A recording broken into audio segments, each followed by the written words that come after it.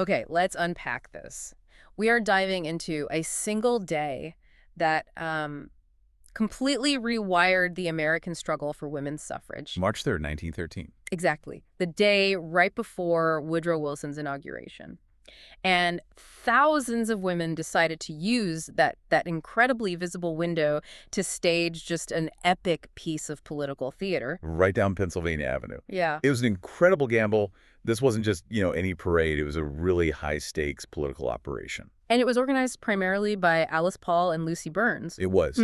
They had just taken over the Congressional Committee for the National American Women's Suffrage Association, or NADALASA as it was known. So their mission was singular. They wanted to force the U.S. government, especially the incoming administration, to pass the Susan B. Anthony Amendment. Which had been sitting dormant for decades. I mean, it had only come up for a vote once since 1878. Just once. So this was about injecting immediate, undeniable urgency into a stalled movement. And that's our mission for you today. To really get how this single event, which ended in, chaos and violence, didn't end the campaign. No. It actually became the most powerful source of momentum the suffragists had ever found. And the initial framing of the event, I think it tells you everything you need to know about what these women were up against. Oh, absolutely. The Washington Post headline, before it all fell apart, described it with this unbelievably gentle language.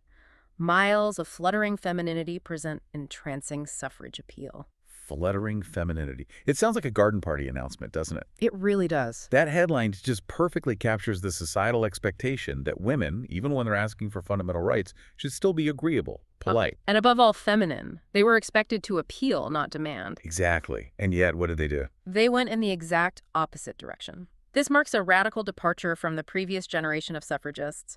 What was the core strategic difference here? Well, the central shift was moving from petitioning to demanding. This new generation, and they explicitly began calling themselves feminists, they were fighting for full equality, not just the ballot. Okay. So they consciously rejected that old strategy of being, demure and gentle. They wanted to seize power, not ask for it politely. And that defiance was crystallized in their main slogan, what they called the Great Demand. It was so direct. And for the time, it was genuinely shocking. What did the banner say? It said, "We demand an amendment to the Constitution of the United States, enfranchising the women of this country." We demand. Right. In 1913, using that verb demand was an act of political aggression. Historically, suffragists had emphasized their respectability, their graciousness, to sort of earn the vote. But this tactic declared that voting was a right, not some gift to be granted. Precisely. And it aimed straight for a constitutional amendment, completely bypassing that tedious, incremental state-by-state approach. And they backed up that demand with a visual argument, one designed to refute every anti-suffrage cliché out there. Yes, the procession wasn't random at all. It was a carefully choreographed curriculum vitae for the American woman, organized section by section. That organization was so critical. It was. By marching in delegations representing specific professions, you had doctors, lawyers, scientists, artists, and by wearing their academic regalia from universities. They were showing their public accomplishment. The message was crystal clear.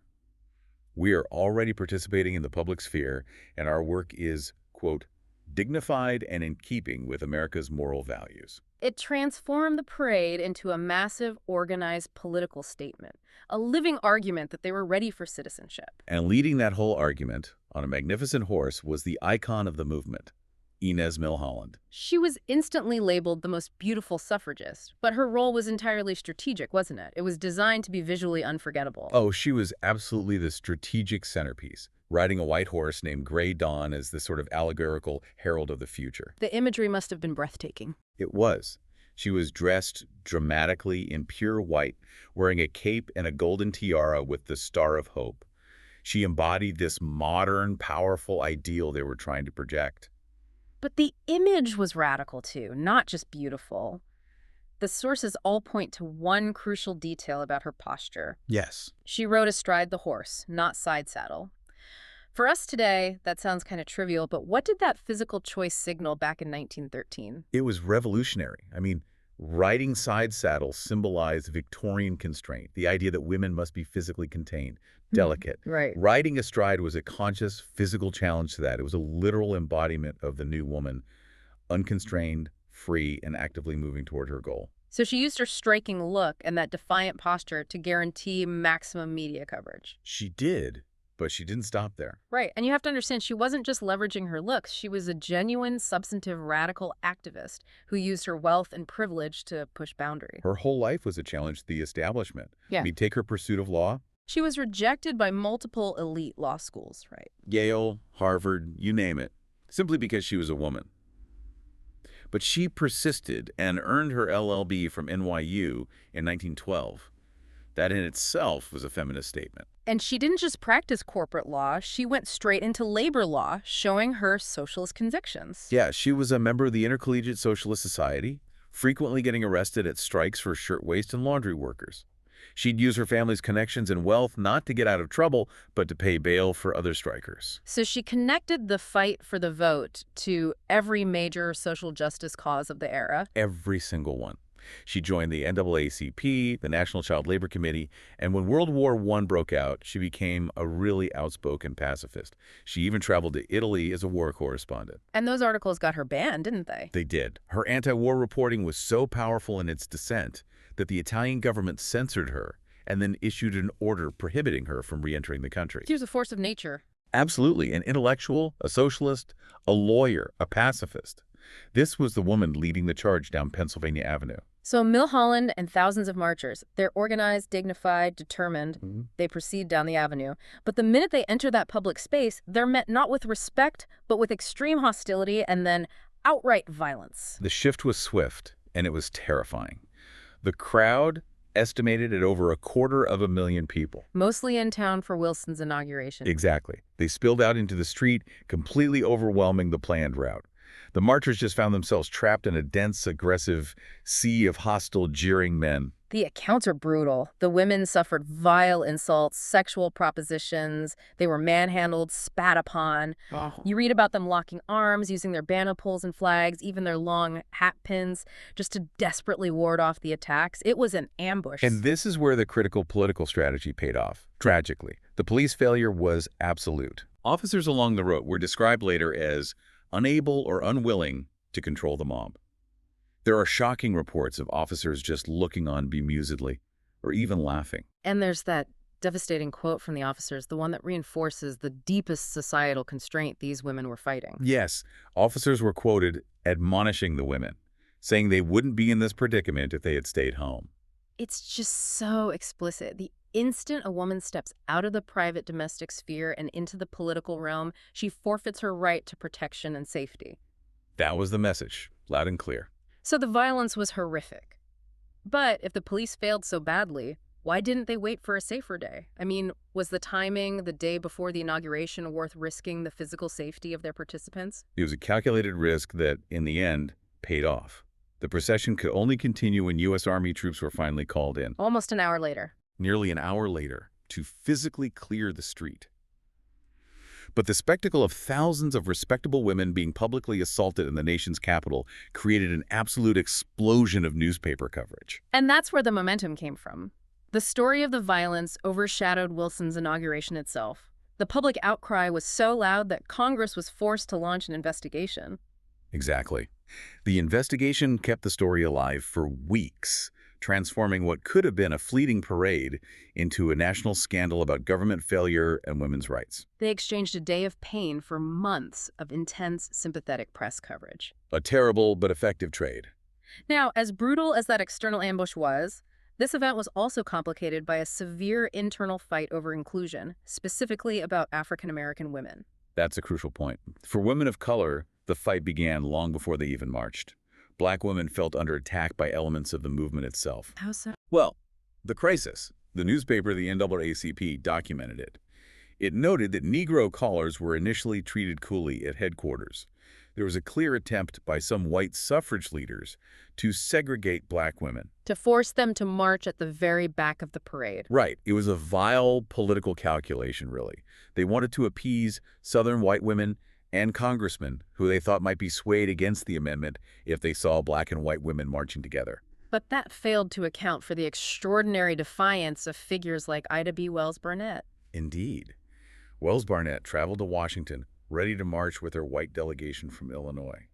When she was asked to move to the back, she just refused. absolutely refused and walked away. That must have been a crushing moment. Did she leave the event entirely? No, she made an even stronger statement. She waited along the side of Pennsylvania Avenue when the Illinois delegation marched by. She just stepped out. She and two white allies dramatically stepped out from the curb and positioned themselves directly in front of the Illinois contingent, marching the rest of the way, fully integrated.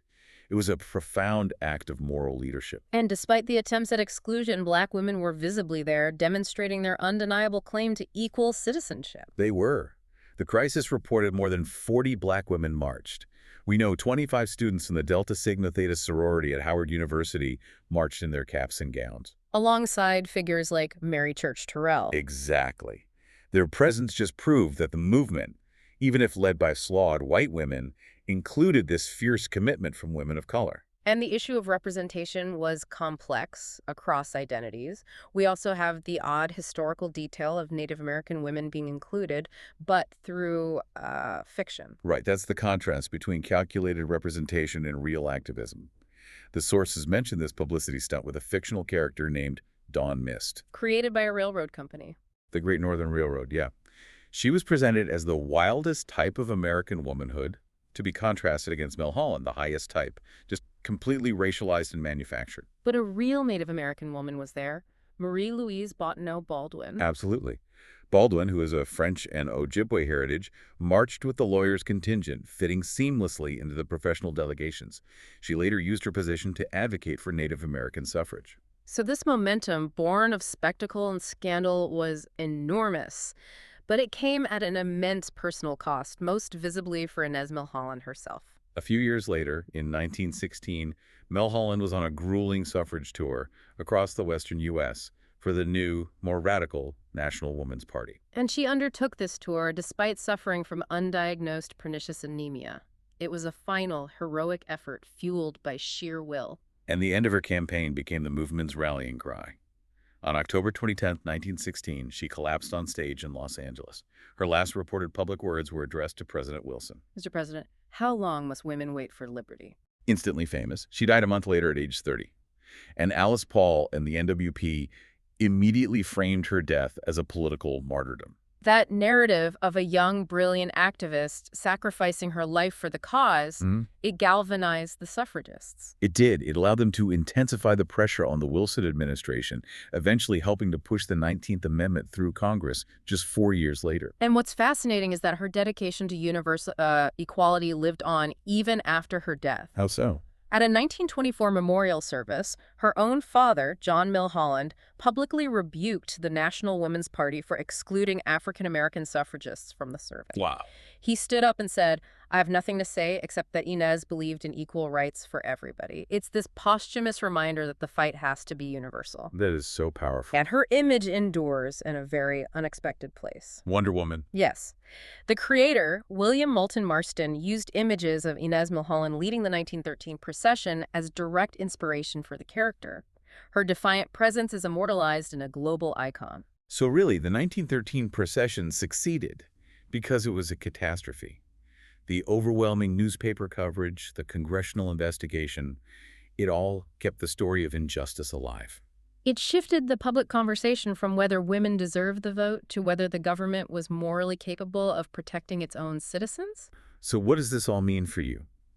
The procession teaches us that the movement succeeded not in spite of the ambush, but precisely because of the scandal. They proved they were ready to step into the political arena, even if it meant being beaten. They used their own trauma as a political weapon. They deliberately traded the comfort of respectability for the power of radical, visible defiance. And that thought brings us back to the famous sonnet written in Milholland's honor by Edna St. Vincent Millay. Which ended with that lasting call to action. Even now the silk is tugging at the staff. Take up the song, forget the epitaph. And that raises an important question for you to consider. In any struggle for fundamental rights, is the deliberate creation of a powerful, disruptive public image, even one built on sacrifice and confrontation, sometimes a far more powerful weapon for change than years and years of polite petitioning. Something to mull over the next time you see a movement take to the streets.